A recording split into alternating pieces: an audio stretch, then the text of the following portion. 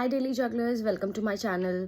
सो आज मैं आपके साथ शेयर करने वाली हूँ एक hair care routine which is before wash. So आपको सबसे पहले अपने बालों में ओवरनाइट तेल लगा के रखना है। तेल की जो रेसिपी है, आप अपना कोई भी तेल यूज़ कर सकते हैं, लाइक आलमंड ऑयल या फिर कोकोनट ऑयल या फिर कैस्टर ऑयल, जो भी आपको सूट करता हो। मैं पर्सनली एक तेल काफ़ी सारे ऑयल्स को मिक्स करके उसमें कुछ हर्ब्स मिक्स करके मैंने प्रिपेयर किया हुआ है, जिसको मैं फिर कभी अपने चैनल पे आपको दिखा दूँगी। बट फॉर नाउ आपको रात को अच्छे से रूट्स में अपने, जैसे कि मैंने यहाँ पे आप देख सकते हैं, मैंने भर के अपने बालों में ऑयलिंग की हुई है और मैंने इसको ओवरनाइट रखा हुआ है।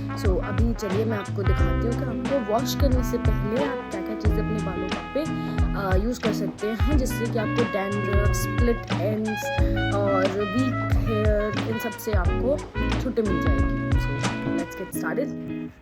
हाय फ्रेंड्स, अपने हेयर केयर को शुरू करने से पहले मैं आपको बता देती हूँ, ऑयलिंग के बाद हमें सबसे पहले अपने बालों में एक मास्क यूज़ करना है। आप इसको मंथ में 2 बार यूज़ कर सकते हैं। वैसे तो मास्क कई तरह के हम बना सकते हैं घर में, और कई सारे मार्केट में ऑलरेडी प्रिपेयर्ड मास्क भी अवेलेबल होते हैं, बट क्योंकि हम अगर आंखों देखा कुछ बनाते हैं तो ज़्यादा ईजी रहता है। इसमें मैंने करी लीव्स, थोड़ी सी दही और एलोवेरा ऐड करके उसको अच्छे से ब्लेंड कर लिया है। इसको ब्लेंड करने में आप पानी भी यूज़ कर सकते हैं इसके बाद में, या फिर आप ऑयल भी यूज़ कर सकते हैं। इसके बाद में आपको अपनी रूट्स में अपने हाथों की मदद से, या फिर आप ब्रश भी यूज़ कर सकते हैं, उसकी हेल्प से आपको इसको अपने रूट्स में अच्छे से अप्लाई करना है, ताकि आपके रूट्स में इसका मॉइस्चर जो है, जो इसकी बेनिफिट्स हैं, वो जा सकें। इससे आपको बालों में जो डैंड्रफ की प्रॉब्लम है, या फिर जो आपके स्कैल्प में कोई भी अगर इशू है, तो उससे आपको रिलीफ मिल जाता है। बालों को आप इस तरीके से लगा के 15 मिनट के लिए इसको छोड़ दीजिए। आप चाहें तो बालों को रैप कर सकते हैं, जैसे कि मैंने यहाँ पे किया हुआ है। मेरे बाल जो हैं वो अच्छे से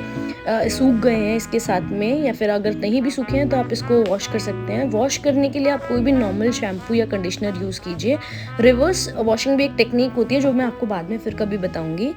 मैं बेसिकली, मेरी मम्मा यूज़ करती थी ये शैम्पू पहले से ही, मैं इसी शैम्पू को यूज़ कर रही हूँ। बीच में मैंने ट्रेस्मी का शैम्पू यूज़ करना शुरू किया था जब मैंने स्मूथनिंग करवाई थी, बट उससे मुझे काफ़ी हेयर फॉल हुआ, तो मैं वापस से इसी शैम्पू पे आ गई हूँ। और जब से मैंने यूज़ करना शुरू किया, मेरे को काफ़ी अच्छे रिजल्ट्स मिले हैं। कंडीशनर के लिए मैं ट्रेस्मी पे ही स्टिक करा हुआ है मैंने, बिकॉज मुझे ये काफ़ी पर्सनली पसंद आता है।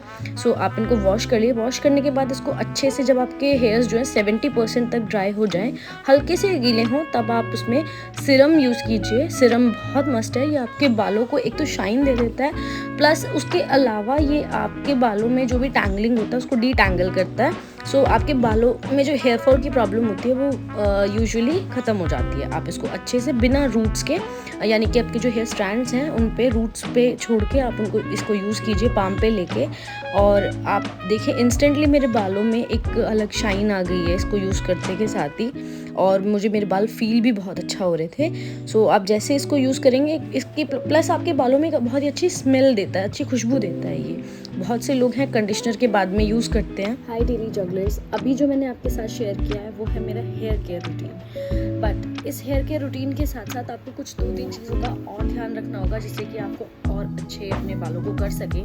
बेसिकली हमारे जो हेयर्स होते हैं वो हमारी बॉडी का बहुत एक इंटीग्रल पार्ट है, बिकॉज अगर आपके बाल अच्छे नहीं है तो आपका वो ओवरऑल लुक भी बिगाड़ सकते हैं। और लेडीज़ के साथ में ये प्रॉब्लम बहुत, इवन जेंट्स के साथ में भी बहुत ज़्यादा सीवियर प्रॉब्लम हो जाती है, क्योंकि उनको हेयर से रिलेटेड काफ़ी सारी प्रॉब्लम फेस करनी पड़ती है, जिसमें कि उनको हेयर फॉल होता है, जिसमें कि उनके हेयर ग्रेइंग का इशू आ जाता है, उनको हेयर के साथ में डैमेज का इशू है, उनको स्प्लिट एंड्स का इशू है, डैंड्रफ है, उनके हेयर में थिकनेस नहीं है, वॉल्यूम नहीं है, फ्रिजी रहते हैं, और भी बहुत सारी प्रॉब्लम्स हैं जो कि उन्हें फेस करनी पड़ती हैं।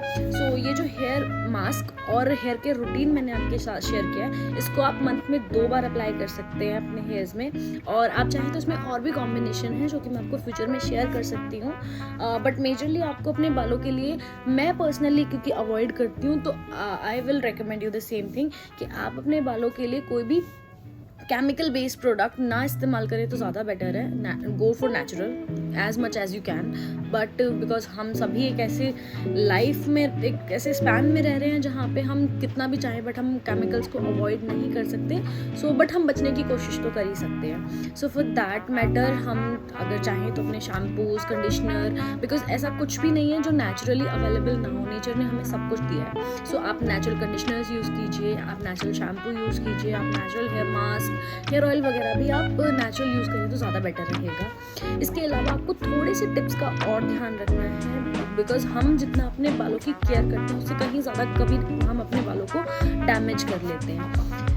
उसके लिए आपको 2-3 चीज़ों का बहुत ज़्यादा ध्यान रखना है. सबसे पहले तो ये कि आप अपने बालों को जितना ज़्यादा हो सके उतना ज़्यादा केमिकल फ्री रखने की कोशिश कीजिए. कोई भी ट्रीटमेंट, ट्रस्ट मी, मैंने खुद अपने बालों के साथ काफ़ी सारे केमिकल ट्रीटमेंट्स करवाए हैं और उसके बाद में मेरे बालों की हालत बहुत ज़्यादा ख़राब हुई है. So I will recommend you the same thing कि जितना ज़्यादा नेचुरल हो उतना ज़्यादा अच्छा होगा.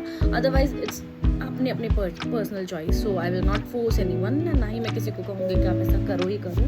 But because if I love my hair so मैं उनकी केयर भी बहुत अच्छे से करूँगी. So that is my opinion. Next thing is कि आप अपने बालों को हीट ट्रीटमेंट जितना कम दें उतना ज़्यादा अच्छा है. हमारे पास कई सारे टूल्स ऐसे अवेलेबल हैं जिसमें मिनिमम डैमेज होता है बालों को. इसके अलावा गो फॉर दोज प्रोडक्ट्स. इसके अलावा आप ऐसे टूल्स यूज़ कर सकते हैं क्योंकि styling is the basic thing. हम सभी करते हैं कहीं ना कहीं, कभी शादी, पार्टी, फंक्शन, कहीं ना कहीं हमें अब स्टाइलिंग की ज़रूरत पड़ जाती है. उसके लिए आप कोशिश करें कि आप वो वाले टूल्स यूज़ करें जो आपके बालों को हीट से के अलावा अदर ऑप्शंस प्रोवाइड करें. जैसे कि हमारे पास स्पाइरल्स अवेलेबल हैं जिसके थ्रू हम बालों को कर्ल कर सकते हैं without heat. So less heat या फिर नो हीट टूल्स आप यूज़ करें तो ज़्यादा बेटर रहेगा. इसके अलावा अपने बालों पे एक्सपेरिमेंट करने से बचिए. ट्राई कोई भी ऑयल या फिर कोई भी मास्क या फिर कोई भी शैम्पू अगर आप यूज़ कर रहे हैं तो ट्राई फॉर दैट ज़्यादा 2-3 दिन. उसके बाद में आप अपने बालों का नेचर समझने की कोशिश कीजिए कि आपके बाल किस तरीके के हैं. आप क्योंकि जितना आप उनको समझोगे उतना ही जल्दी आप उनको ट्रीट कर पाओगे.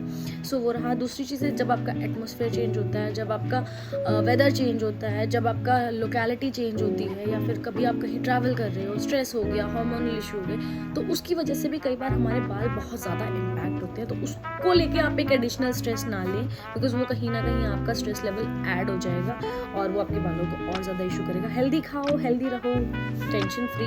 बाकी लव योर हेयर्स. अगर आपको अच्छा लगा है ये वीडियो तो please tell me in my comment box as well कि मैं आपको और किस तरीके की वीडियो शेयर करूं. And please guys subscribe my channel as well. Please bye bye.